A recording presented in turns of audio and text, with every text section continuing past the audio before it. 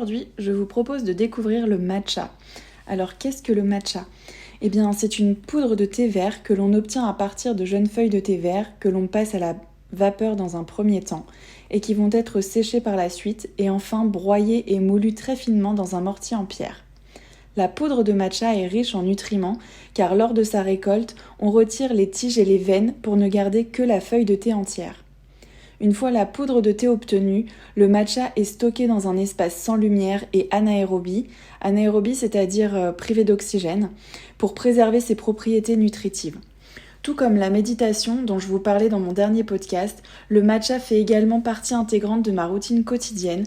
Pour moi, ce sont vraiment les deux essentiels bien-être. Donc je vais vous en dire un peu plus sur l'histoire du matcha.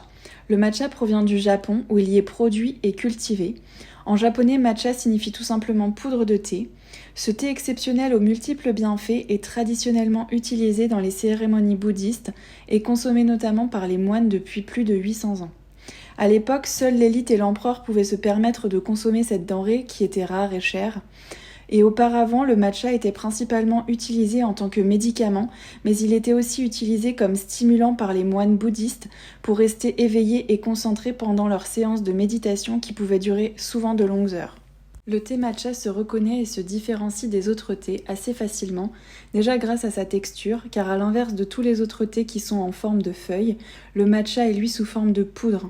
Il se reconnaît également grâce à sa couleur, en effet il est impossible de passer à côté de cette couleur verte éclatante et ultra pétillante. Couleur que j'adore d'ailleurs, mais rassurez-vous, boire du matcha ne vous transformera pas en Fiona.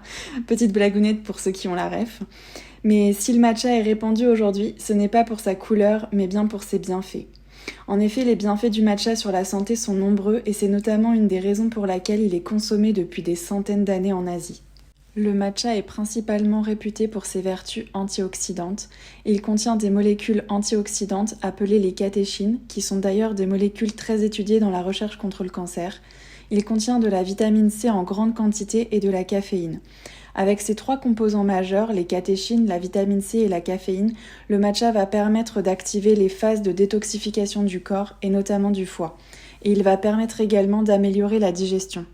Je vais donc vous parler plus précisément de ces différents bienfaits. Le matcha procure de l'énergie, notamment grâce à la caféine qu'il contient. Il apporte l'énergie dont vous avez besoin sans effet néfaste, comme peut en procurer le café par exemple. D'ailleurs, autant j'adore le matcha, la couleur, le goût, enfin tout, autant le café je n'arrive pas du tout. L'énergie apportée par le matcha est particulièrement intéressante car elle ne provoque ni excitation ni énervement. L'énergie se diffuse en fait lentement dans le corps et apporte un regain suffisant. Il apporte finalement une stimulation plus longue que les autres boissons comme le café ou autres en fait. Je compare beaucoup le matcha au café, mais c'est l'une des boissons les plus consommées et le matcha est vraiment son substitut le plus sain.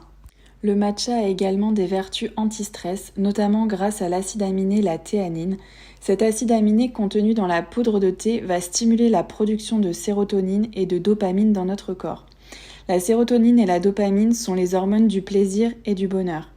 La théanine contenue dans le matcha stimule également la production de GABA. Les GABA, ce sont des neurotransmetteurs aux effets anti-stress et apaisants. Boire du matcha, en fait, quotidiennement permettrait donc d'être beaucoup plus relaxé et diminuerait le stress. Très riche en antioxydants et en vitamines C, E et A, le matcha est un allié de choix pour avoir une belle peau et protéger ses cellules de l'oxydation.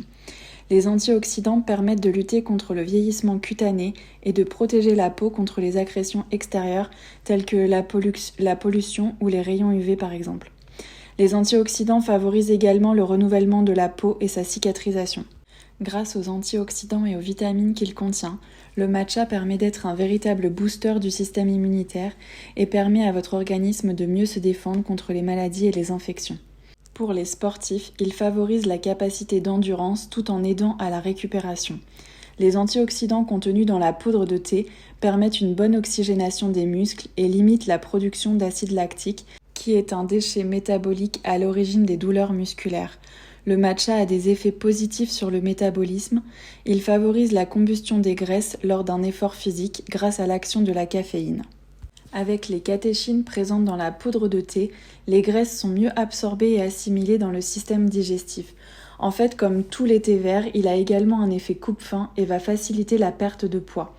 Alors j'attire votre attention sur le fait que j'ai bien dit facilité. Ce n'est pas une potion magique pour perdre du poids, bien évidemment que non. D'ailleurs, on en reparlera, mais lorsque vous souhaitez perdre du poids, ça doit être suivi, encadré et adapté bien évidemment. Ne faites pas subir à votre corps des régimes drastiques, divers et variés. C'est lui qui vous porte chaque jour, ne l'oubliez pas. Respectez-le, aimez-le et il vous le rendra bien. Bref, je m'égare et revenons sur les catéchines qui favorisent la production de cholécystokinine, qui sont les hormones responsables de la sensation de satiété, d'où l'effet coupe-faim du matcha en fait. Comme le matcha est issu des jeunes pousses de thé et cultivé à l'ombre au Japon, il est très riche en chlorophylle. Et c'est la chlorophylle qui est responsable de ce pigment vert et donc de sa couleur. Le matcha est une boisson riche en magnésium. Dans l'organisme, la chlorophylle permet une meilleure oxygénation du sang et favorise une meilleure circulation sanguine, ainsi que l'élimination des déchets. Le matcha contient également du fluor, ce qui va permettre de prévenir le développement des caries et éviter l'accumulation des plaques. Selon des études scientifiques, le matcha permettrait de soulager les symptômes rénaux et hépatiques engendrés par le diabète de type 2. D'après notamment une étude qui date de 2019 menée par des chercheurs allemands, le matcha aurait aussi des principes actifs qui agiraient également contre le cancer et notamment le cancer du sein. Donc si on récapitule un petit peu plus succinctement, le matcha est un booster énergétique. Il a des propriétés anti-stress, permet une meilleure concentration, renforce l'immunité et contribue au renouvellement cellulaire. C'est un allié détox pour l'organisme. Et donc vous allez me dire où peut-on trouver du matcha et comment le choisir. Choisir son matcha n'est pas toujours évident. D'abord, il faut savoir qu'il existe plusieurs labels pour le matcha. Et je vous recommande de vous tourner vers un matcha qui a un label bio, principalement. Il sera de meilleure qualité. Je vous invite aussi à vérifier la couleur de la poudre de thé. Elle vous donnera des indications sur la qualité du matcha qui vous est vendu, c'est hyper important. En effet, les matchas de qualité ont une couleur plutôt vert vif et dans le commerce, vous pourrez trouver du matcha de couleur vert pâle, par exemple, ou jaune, je crois, qui sont de moins bonne qualité. Pour vous donner une idée, la couleur du matcha, ça rappelle un peu la couleur de la pierre de jade, une couleur vraiment vert émeraude qui est un peu pétante. La couleur vert vif provient de la haute teneur en chlorophylle du matcha, qui est obtenue grâce à sa culture à l'ombre. Je vous invite aussi à vérifier la composition sur les étiquettes. S'il n'y a pas inscrit 100% de poudre de thé vert, il est peut-être mélangé à autre chose. Parfois même, vous pourrez trouver d'inscrits sur les étiquettes arôme matcha. Regardez bien et faites attention à ce que vous consommez. Le matcha peut être cuisiné ou préparé sous forme de boisson. Il y a plein de recettes à base de matcha que vous pourrez trouver sur internet. Mais alors, il vaut mieux manger ou boire le matcha pour conserver ses propriétés. Eh bien, il serait préférable de boire le matcha pour conserver ses bienfaits. En cuisine, il peut y avoir des interactions avec d'autres aliments et notamment lorsque vous chauffez le matcha, ça peut altérer ses bienfaits. Idéalement, on consomme le matcha sous forme de boisson froide pour permettre de ne pas déstabiliser les vitamines et principalement la vitamine C, qui est une molécule extrêmement thermosensible. Mon petit tips, si vous souhaitez manger du matcha, vous pouvez l'incorporer à vos yaourts nature par exemple ou à du fromage blanc. Alors, à quel moment de la journée boire son matcha ? Eh bien, rien ne sert de s'en faire une consommation démesurée pour en constater les bienfaits. Moi, je vous conseille 2 tasses par jour environ. Ça peut être une tasse le matin et une au goûter pour les grands enfants comme moi qui goûtent encore.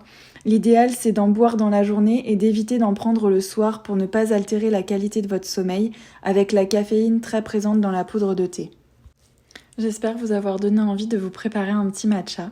Si c'est le cas, du coup, je vous donne mon petit tips pour préparer votre Green Booster. Dans votre tasse, vous pouvez mettre environ 1 à 2 grammes de poudre. Si c'est la première fois que vous buvez du matcha, mettez plutôt 1 gramme. Ça sera un peu moins fort en goût et ça vous permettra de tester. C'est comme le café, certains le préfèrent fort, d'autres léger. Au début, il vous faudra tester différentes doses pour pouvoir ajuster selon ce que vous aimez. Ensuite, il vous faudra ajouter un fond d'eau dans un premier temps afin de le délayer.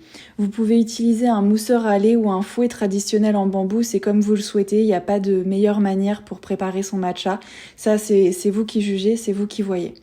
Une fois que votre matcha est bien mélangé et que vous obtenez une mousse onctueuse sur le dessus, vous pouvez compléter avec de l'eau pour vous préparer un matcha classique ou vous pouvez mélanger avec du lait végétal pour vous faire un matcha latte. Personnellement, je préfère le matcha latte qui est beaucoup plus doux et plus onctueux. Et j'utilise du lait d'avoine qui est légèrement sucré naturellement. Et ma petite touche perso, je rajoute des glaçons car j'aime boire mon matcha latte glacé. Bref, vous l'aurez compris, en plus de sa couleur originale et de sa saveur incomparable, le matcha est un thé aux 1000 vertus. Mais c'est comme tout, il ne faut pas en abuser.